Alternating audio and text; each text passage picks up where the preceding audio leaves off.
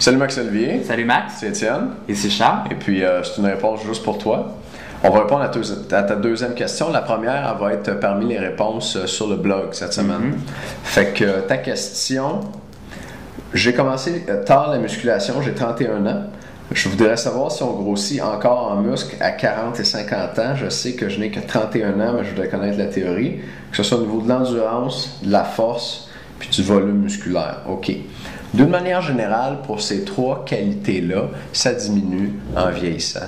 Okay, le sommet de performance chez l'homme, c'est autour de 25 ans. Ça se maintient jusqu'à vers 30. Et puis après, ça descend graduellement. Tu as juste à penser aux athlètes de très haut niveau. Mettons, les joueurs de hockey, leur carrière. Oui, c'est ça. Regarder ça comme ça. Tout à fait. Puis aux Olympiques, tu sais, c'est quel joueur, les athlètes qui ont quel âge quand ils sont les plus forts? Ben, au milieu de la vingtaine. Mais ça ne veut pas dire qu'après la vingtaine, tout est perdu. Loin de là.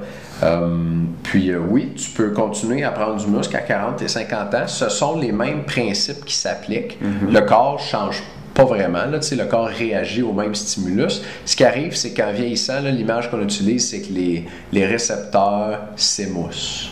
Fait qu'ils deviennent un peu moins sensibles au stimulus. Tous les récepteurs, là, d'une manière générale.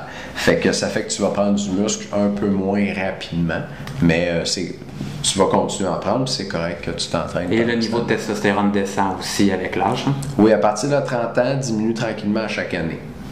Mais ça encore, ça ne veut pas dire que tu ne peux pas construire de muscles. La testostérone, c'est pas le seul facteur duquel dépend la prise de masse musculaire. Puis il y a des hommes qui continuent à prendre du muscle en vieillissant, même en ayant moins de testostérone. Fait qu'on avait une deuxième question.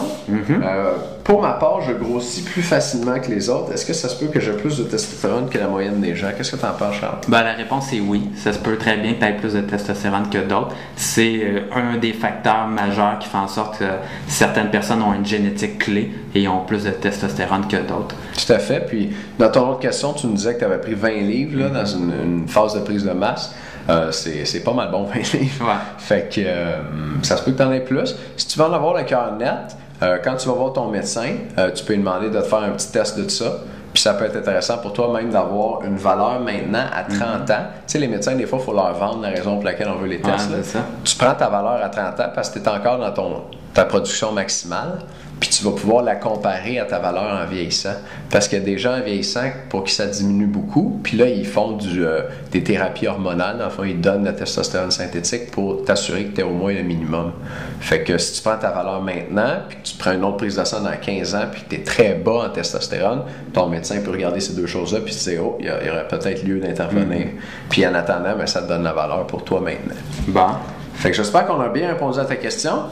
Et à bientôt, Max. À bientôt. Comme d'habitude, je ne toi pas si tu as des questions. Ciao. Salut.